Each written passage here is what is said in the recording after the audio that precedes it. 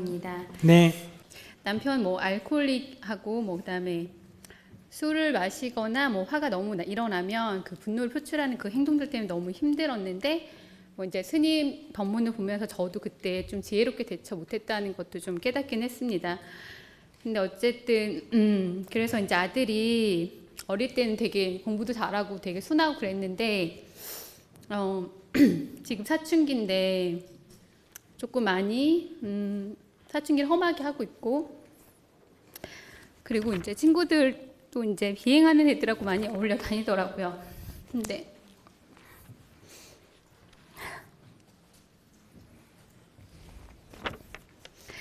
작년에 비하면 많이 이제 좋아지고는 있는데, 작년에 점심때 학교를 갔는데 올해는 이제 아침에 학교를 가요. 그래서 작년에 수업 시간도 맨날 잤는데 요즘에는 공부도 하고 그러기는 하는데, 아직 그 같이 노는 애들이 뭐 경찰관님한테 전화가 왔는데 같이 노는 애들이 경찰관님 관리하는 애들이라고 하더라고요.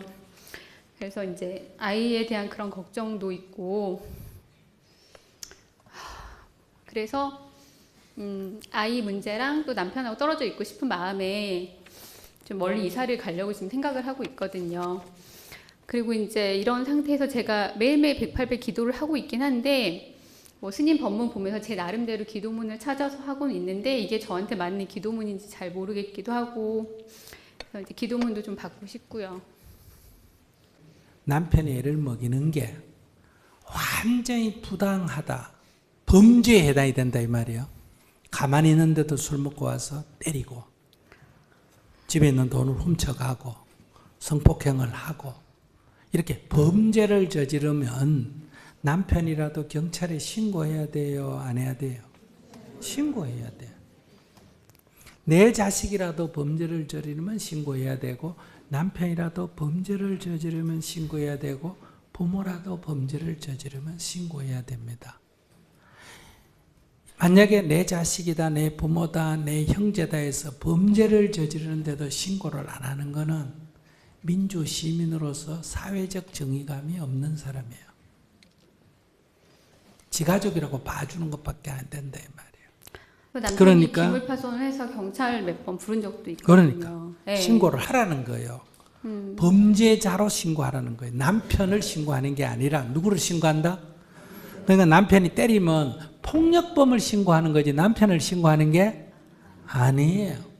그런데 경찰한테 잡혀가면 이튿날 면회는 가야 돼요. 그거는 폭력범을 면회가는 거예요, 남편을 면회가는 거예요? 남편을 면회. 이걸 구분해서 살 정도로 지혜로워야 됩니다.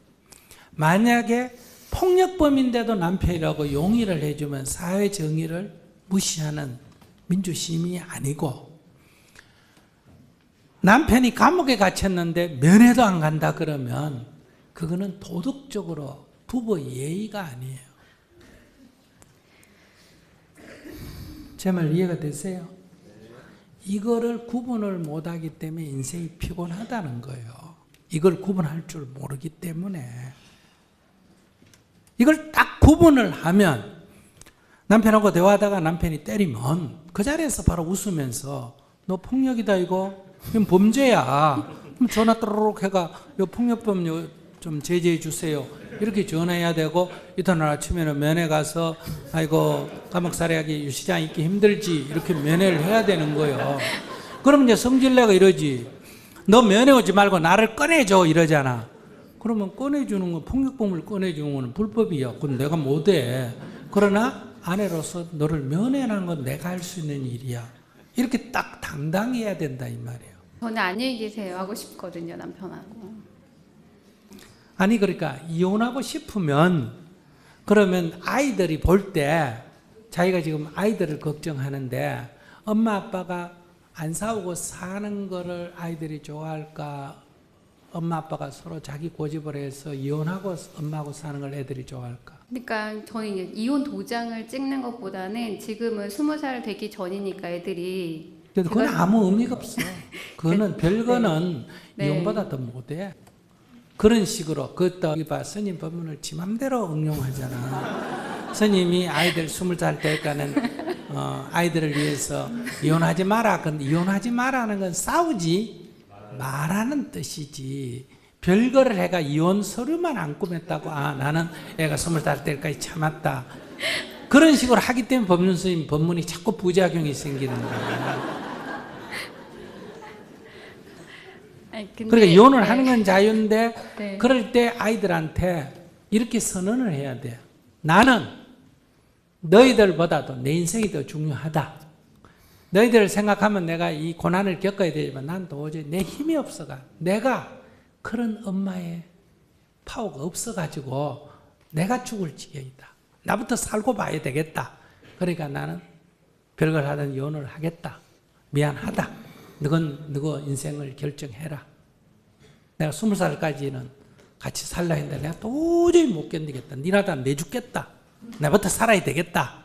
이렇게 선언을 솔직하게 해라는 거라. 그러니까 아빠하고 살려면 아빠하고 싸우고 나하고 살려면 나하고 싸우고 고아원에 가려면 고아원에 가고 그건 너가 결정해라. 엄마는 엄마로서의 친권을 포기하겠다.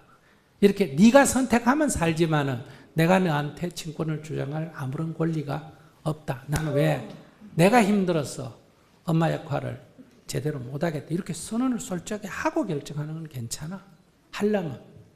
그런데 남편하고 관계가 안 맞다고 별걸 하면 자기는 좀 자식이 나중에 남편보다 10배 더 자기를 힘들게 하는 과보가 뒤따라온다는 거예요. 그러니까 이걸 막으려면 남편하고 문제를 극복하는 게 이 재앙을 막는 게 훨씬 효과적이라는 거예요. 기도문은 그러면 좀 기도문. 네. 내가 이럴 때 이분이 막 저한테 자꾸 말하고 대꾸를 막 성질이 팍 나가 팍 한데 때리고 싶은데 차마 때릴 수는 없으니까 막 저 사람 아끼는 물건을 때리 부순단 말이에요. 그러니까 아이고 그래도 나를 사랑해서 나를 안 때리고 물건만 부수네. 감사합니다. 이렇게 기도를 해요. 그 사람의 입장에서는 때리고 싶은데 차마 나를 사랑해서 그래도 때리지는 못하고 내가 아끼는 물건을 부수는 걸로 분풀이를 하구나. 그래도 나를 아끼는 마음이 아직 남아있네. 여보 고맙소. 이렇게 기도를 해야 돼. 이제 오늘 내 얘기 듣고 여자들 속 뒤집어지겠다. 기도는 그렇게 해야 돼. 그래서 자기 치유를 해야 돼. 그러니까 그 인간의 행동 속에 아직도 나에 대한 사랑이 일말 남아있기 때문에 때리지 않고 뭐한다? 그릇을 부수고 이혼하지 않고 같이 사는 거예요. 아직 남아있기 때문에. 그래서 그 일말 남아있는 나는 100을 원하는데 이 인간이 10밖에 안 남아있어. 그 10을 소중하게 여기는 자세를 가질 때 내가 행복해진다 이거예요. 그러니까 화를 내면 화를 내지 때리지는 않구나. 그릇을 집어던지면 그릇을 집어던질 뿐이지 나를 때리지는 않구나. 그래도 나를 아끼는 마음이 있구나. 여보 고마워요. 마음을 이렇게 쓰면 그런 행동에 대해서 자기가 아무렇지도 않게 돼요. 그럼 사는데 아무 지장이 없어. 이걸 먼저 해보고 이래도 안 되면 그거는 뭐 이혼을 하는 건 좋은데 이거를 내가 안 된다. 그러면 자기는 이혼할 자격이 없어. 이걸 먼저 해봐야 돼. 알겠습니다. 자식을 위해서. 네, 감사합니다. 네. 욕을 하는 거는 때리는 거를 때리고 싶지만은 입으로 말로 해서 하는 거고 집어 던지는 것도 때리고 싶지만은 말로 하는 거고 때리는 행위는 나쁜 행위기는 하지만은 그거는 죽이고 싶을 때 때리는 거예요. 그러니까 그것마저도 뭐다? 자기는 그래도 다 사람은 우리가 볼 때는 그 사람은 엄청나게 나쁜 행동을 한다는데 본인은 그래도 지 나름대로는 자제가 한 단계 낮출까 안 낮출까? 낮췄다는 거예요. 자기 나름대로는 자기 수준에서는 한 단계 낮춰가 하니까 이분에 대해서 그 사람의 본심을 내가 보는 눈이 있으면 이 문제를 훨씬 내가 평정심을 유지하고 대할 수가 있다. 그렇게 한번 오늘 가서 이렇게 이제 하면 절을 하다가 염주를 집어 던집니다. 뭐? 그게 나를 사랑해. 사랑하는 것 자체도 싫어! 이렇게 됩니다. 그런데 그렇게 자꾸 절을 하면 내 마음에 그 사람이 어떤 행동을 할 때도 내가 그걸 보고 있으면 저 사람이 욕을 할 때는 그래도 사랑하니까 때리지는 않구나. 물건 집어던질 때 아이고 그래도 어느 정도 자기 나름대로 자제를 하고 있구나. 이렇게 내가 그런 걸 그렇게 관점을 보고 있으면 화가 날까 안 날까? 안 나겠지. 이게 바로 내 마음의 평정심을 유지하는 방법이에요. 화가 나는데 하나, 둘, 평정심을 유지해야지. 평정심을 유지해야지. 이게 평정심을 유지하는 방법이 아니에요. 그래서 아까 저 철학하는 것도 거꾸로 한다는 거. 그냥 그 본심을, 진실을, 사실을 꿰뚫어 보면 마음은 저절로 평정심이 유지가 된다. 평정심을 유지하겠다고 해서 유지되는 게 아니라는 거예요. 화가 나는 거를 참는 게 화를 해결하는 법이 아니고 상대를 이해하게 되면 화 자체가 안 일어나는 거예요. 그게 자기 평정심을 유지하는 방법이에요. 그러면 이제 그렇게 자꾸 기도하면 처음에는 안 되지만은 어느 순간에 집어 던질 때 아이고 그래도 그렇게 하는 걸로 다행이다. 이렇게 마음이 만약에 일어나면 그게 잘 안 돼요. 일어나면 이제 자기는 웃을 수 있는 거예요. 그 기럿을 집어 던지는 걸 보면서 빙긋이 웃어. 그러면 왜 웃어? 이러면 아이고 그래도 당신이 아직 나를 사랑하는 구석이 있네요. 이게 무슨 소리고? 이러면 아이고 당신 나 때리고 싶지 솔직하게 말해가. 그런데 차마 날 못 때리니까 그러걸 깨네. 고마워.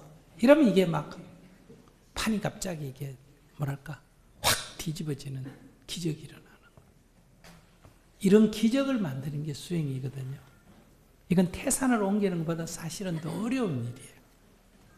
그걸 한번 자기가 해보겠다면 그걸 먼저 도전하라는 거예요. 이게 자기가 이게 변화가 이게 안 되면 애한테 간섭하면 안 돼요. 자기도 안 되듯이 애도 지금 안 되는 거예요. 노력해도. 이게 되면 어떠냐? 안 되면 애를 이해하게 되고 되면 애에게 희망이 되는 거예요. 아, 우리 애도 되겠다 이런 희망을 가질 수 있어. 그리고 지금 뭐 이혼하나 안 하나 뭐 애를 어떻게 하느냐 이런 거 다 놔버리고 지금은 자기 문제로 딱 돌아와가 남편이 그렇게 할 때 욕할 때 내가 그래도 나를 사랑해서 그릇을 깨구나 하는 마음이 내가 일어날 수 있나 없나 이것만 생각해요. 이게 되면 세상이 변하고 이게 안 되면 까르마 주어진 업식대로 살다가 죽는 거다.